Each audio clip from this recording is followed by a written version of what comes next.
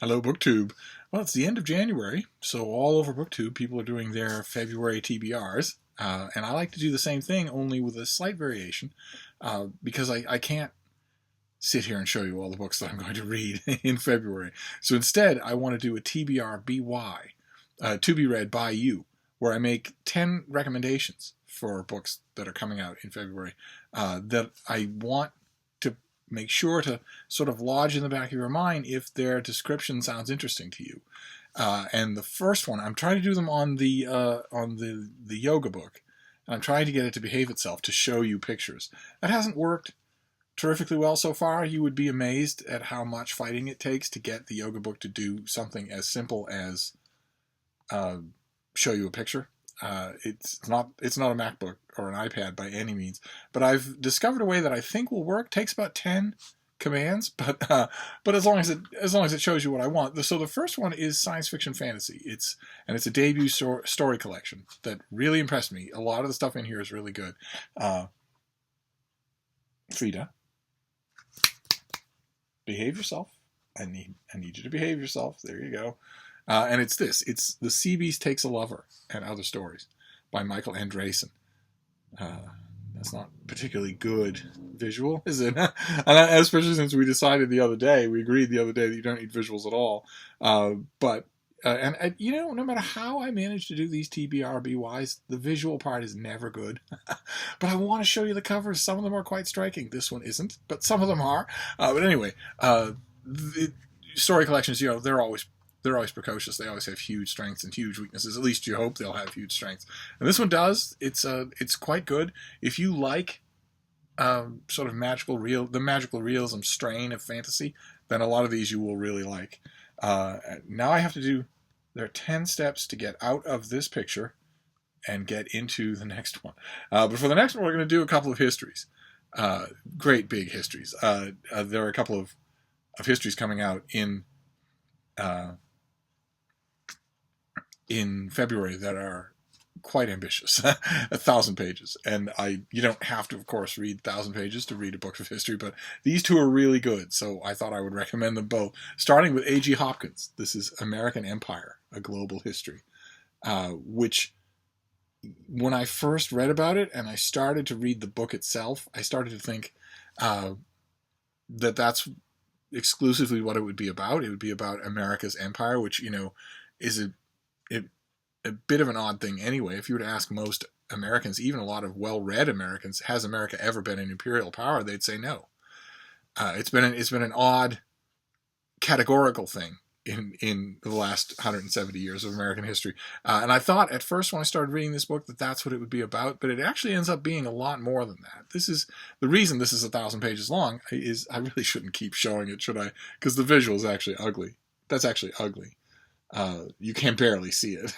And I do it only because if you're like me, you'll remember the visuals of the cover at a bookstore a lot easier than remember a description or a title. Anyway, we'll figure it out. When you read along in it, you realize that it's actually an alternate history of the United States, not just American empire. The author's increasingly prominent contention is that the mercantile side of imperialism, the money, has always been the strongest part of the idea for America, and that American history is financial history. It kind of goes hand in hand with, I read a history late last year. I think it was called The Empire of Guns. I think it had empire in the title as well, and it was the contention that that Britain's empire was always mercantile and violent, that it was always an arms trade, and that all the rest of it that you might think about was just window dressing. And this book, the more you get into it, the more you realize that's what the author is writing, that not only has America always been an intensely imperialistic power, but that it's always been governed by money. And I thought that was just fascinating. And also it helps that Hopkins is a really good writer. It's kind of essential that if you're going to write a 1,000-page history, you be a really good writer. And the next one I want to show you is the same thing. It also, the writer really knows what he's doing, and as a result, the book is really good. But I don't know how you're going to be able to see it. It's called The Marshall Plan: The Dawn of the Cold War. Will it be any better if I do it over here? No, that's even worse. Look at that. That's even worse. Right in the middle here? Well, anyway.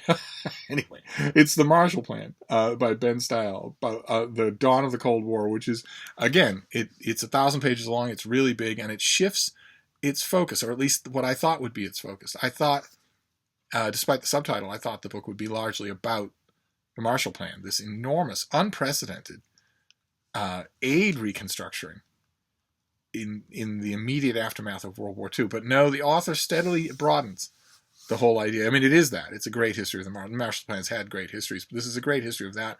But it broadens out from there to the political and ideological aspects of the Marshall Plan that actually made it lay the groundwork for the Cold War. And it's really, really good. It's really, really good. Both in a way, American imperialism, although that might be a stretch. There are 10 instructions I have to give this to get it so that we can go on. So we're going to go on now. We're going to go on to fiction and see if all this work just to get you a crappy picture. But it's not just fiction. It's mystery fiction. It's murder mystery. It's an ongoing murder series. It's M.C.Beaton. It's her Hamish Macbeth series. And this is called The Death of an Honest Man. You can barely see it. Sorry about that, BookTube. I'll figure out something about the visuals. I wish that I could figure out how to put a picture right here. It's a nice, clear JPEG right there. I don't know why I'm not technically adept by any means, but I do manage, and it strikes me that YouTube makes it unbelievably complicated to do. It shouldn't be. In the editing section of YouTube, it should be import a picture, put it here. That should be what it is. Considering that 400,000 hours of YouTube video footage is uploaded every minute, I would think that it would be like Amazon. On Amazon, if you go to Amazon's site, it is the easiest thing in the world to buy something, because they know perfectly well that that's what they need to make easy. Well, if YouTube wants to continue for people to work for it, generating huge amounts of content that it can slap ads on without paying them a cent, the least they could do is... Anyway, I'll go at it again. I'm not going to use any kind of software, editing, movie-making software. It should be easy to do on YouTube's native system to import a picture and put it right here. I see all sorts of people do it on BookTube, but I haven't been able to manage it myself. So this monstrosity is the best we're going to have to do for now. But this is... Macbeth he's a great mystery character. He's a really smart inspector who has no ambition at all. He's perfectly content to just have one murder after another announce itself to him. And in this case, it's a guy who comes to the village and he sort of prides himself, it's sort of a North of England type thing. The one annoying thing about North of England natives is the speak as I find type attitude where bluntness is equated with honesty, and bluntness is intended to excuse rudeness, and all of that is nonsense. Absolute nonsense. None of that is true. Tact is always the civilized adult thing to do. Always. I know that sounds strange coming from me, but when you're in a new situation with new people, you don't say what this character says throughout, which is the first thing that pops into his mind. You could stand to lose some weight. This food is kind of bland. This book is kind of boring. And after a little while of that, people start saying, "Oh God, I could just strangle that guy," and then he ends up dead. And that's the impetus of the book, The Death of an Honest Man, and it's delightful. One of the things about this series that I love the most is going to be the first question that a lot of you will have, and that's that every Hamish Macbeth book is a standalone. So you will, it, like all the best ongoing series, there'll be all sorts of stuff baked into it that you will love and appreciate all the more if you've read all the books before it, but you don't need to understand the characters or to get a lot of the humor, because these are very slyly funny books. So that's going to be I think that's the only murder mystery on our list. The next one, though, is funny as well. It's a romance. I think, if I remember correctly, it's the only romance on the list. And it's also not the first in a series, but it's a series that I wanted to bring to your attention. And since it's electronically published, they're ebooks. As far as I know, they're ebooks only. You might have missed it. It's not something that I don't think you would find in your store. It's by Sara. The title of this one, the series is How to Date a Douchebag. And this one is The Coaching Hours. How to Date a Douchebag, The Coaching Hours. And it's the premise here is the daughter of a Dan Gable style Iowa wrestling coach. Those of you who are from Iowa will know the name Dan Gable. I had the pleasure to know him and to interview him quite a few times, and every bit of his legend is true. He was a legendarily stern and victory-oriented wrestling coach in a town and in a state and in a culture where that was all important. Where if the wrestling team was unbeatable, they were as much heroes as the Hawkeye football team. This is the story of a wrestling coach's daughter who just assumes that maybe it as the wrestling coach's daughter in Iowa, she won't be dealing with an endless parade of douchebags, and that turns out not to be true. But the gist of these books is always that it's not only douchebags, and the humor along the way it's light as a feather and fluffy and very telegraphic. You can see a lot of the jokes coming, but boy, oh boy, are these great books to unwind with. They are such fun romances. And some romances aren't. Not all of them are, especially contemporaries. So I wanted to make sure that you saw this. You don't have to start at the beginning. You could read this one and love it. But I highly, especially since these are electronic books, so they might be dirt cheap. It might be easy to get all of them for very little money. And if the description sounds fun to you, you ought to be aware of this series because it's really good and well worth the money. So that's How to Date a Douchebag, The Coaching Hours. And then we'll go through the 10 steps necessary to get to our next book. We're going to radically shift tone and content here, but at this channel you're probably used to that. We're going to go next to biography, and it's this. It's Paul. God, you can barely see it. That's terrible. Paul, a biography by N.T. Wright. It's as you can tell from the title and the famous portrait, it is a portrait of it's a biography of the raving lunatic who founded Christianity. And not only is that fascinating in its own right, but the author, Tom Wright, is the world's foremost authority on St. Paul. And you look at this thing and you think, oh my God, it's a scholarly biography of St. Paul. That's a bit of an undertaking. Then you ought to Google, image search, N.T. Wright's book, Paul and the Faithfulness of God. If you think this is an undertaking, Paul and the Faithfulness of God is one of the longest books in the English language that I have ever read. It's exhaustive. And this is even meant to be a shorter version of that. This takes a different tack altogether. It's just a straightforward biography, although nothing Tom Wright writes is straightforward. He is, in addition to a St. Paul authority, he's also an Anglican divine and a born preacher. So maybe for the uninitiated, if you've never read anything by him, first of all, I strongly advise that you do. He's a very interesting writer.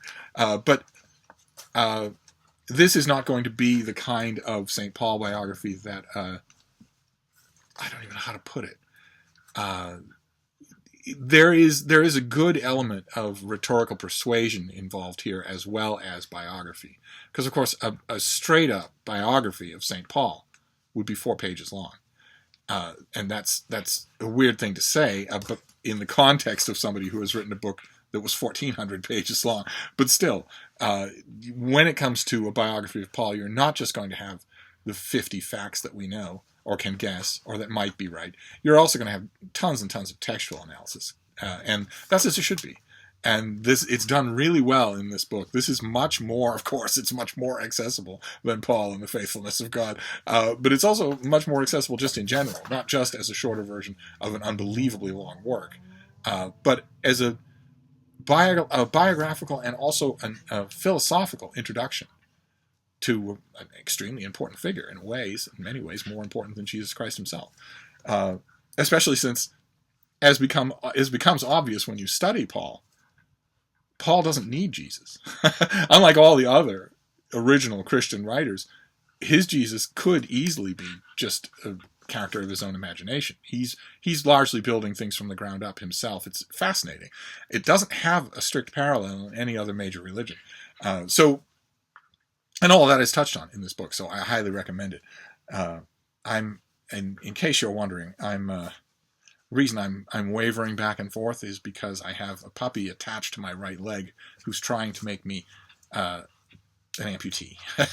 She's trying to tear my right leg off my body so that she can carry it into the next room in triumph. I don't want her to do that because I'm kind of fond of it. But she's no longer a little squib of a thing. If she puts her back into tearing your leg off, you will feel it. You will definitely know that an animal is trying to kill you. But anyway, we're going to move back with this next one to science fiction fantasy. And that's this. This is, I don't know if you're going to be able to make this out. It's The Gone World by Tom Sweterlitsch.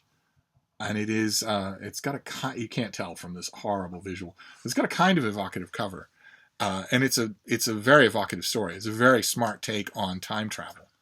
On a time travel, on one level, a time travel investigation, but also a woman, the main character is amazing, and she realizes in the course of the book how treacherous time is just in general. If you like time travel, science fiction, and fantasy, then this is a new book. It might even be a debut, and you absolutely have to read it. It's a major release in the genre for 2018. And I loved it. I thought, in addition to the ideas involved, it was also really good. It was also just really, really involving. And the next one we've seen on this channel before. Let me get it nice and big as it can possibly be. We've seen it on this channel before. It's a classic, and I had to recommend it again. As far as books being published in February, it is hands down the best one of any kind. It is hands down the most enjoyable. It is hands down the most worth your money. It's a brick in a bookstore you're going to see. It's big. It's probably expensive. It's beautiful. And you should get it and read it. And it is this. It is The Three Musketeers in a brand new translation. You can barely see. Oh, what a failure. I had to try to show you these covers, but you can barely see it. Look at that. It's as dark as if this thing weren't even backlit. And there's nowhere to put it where it's more visible. Okay, well, anyway, it's The Three Musketeers by Alexandre Dumas in a new translation with illustrations, black and white spot illustrations throughout, and it's amazingly good. It will, if you've read The Three Musketeers, it will remind you why you love it, and you'll read it. It will feel fresher to you because it's the freshest translation that's ever been done. And if you've never got around to reading The Three Musketeers, oh my God, what a way to start! What a volume to have and reread for the rest of your life. So I had to include it in our TBR BY. Then we're going to move on to contemporary fiction. Let me do the 10 commands necessary to get this so that you can see it. This is by Caitlin Macy. It may also be her first novel. I don't think it's her debut of published work, because she did a thing called The Fundamentals of Play that was, I think, if I remember correctly, a collection of short stories. But this is fantastic. It's a novel called Mrs. And it's all about the upper 1% in Manhattan, and specifically about a trio of characters who have a tangled and increasingly complicated relationship with each other. The author is in complete control of her material. So she drips irony and contempt over all these characters in precisely measured quantities. It's just wonderful to see. You get that feeling, that wonderful feeling when you're reading it, when you start a new novel. A lot of times, when it's me, I start a new novel and I feel like I am catching the author in the middle of last-minute cleaning. And they're trying to pull things together, and they have a kind of idea of what they want the end product to look like, and I just have to be sort of tolerant. But every once in a while, you'll start a novel. I'm sure you felt this. You'll start a novel and feel like, okay, I'm cupped in the hand of someone who knows exactly what to do. I don't need to be patient. I don't need to be wary. I don't need to worry about mistakes on page 30 or page 60. No. I can just read this. I can just relax and let the author tell me a story. And this is one of those books. Let me try and show it to you again. This is Mrs. by Caitlin Macy. And it is amazing. And the one of the three characters stands out from the others for me. But we'll see what you think when you read it, because it's a beautiful hardcover. If you're if you get it from the library, or if you feel like springing for a hardcover in a bookstore, I'm sure the author would appreciate it. And it's tremendous, tremendously good. And then we're going to get to our last one. Sorry about the visuals here. I know I shouldn't apologize for the visuals on this channel. It's not about visuals.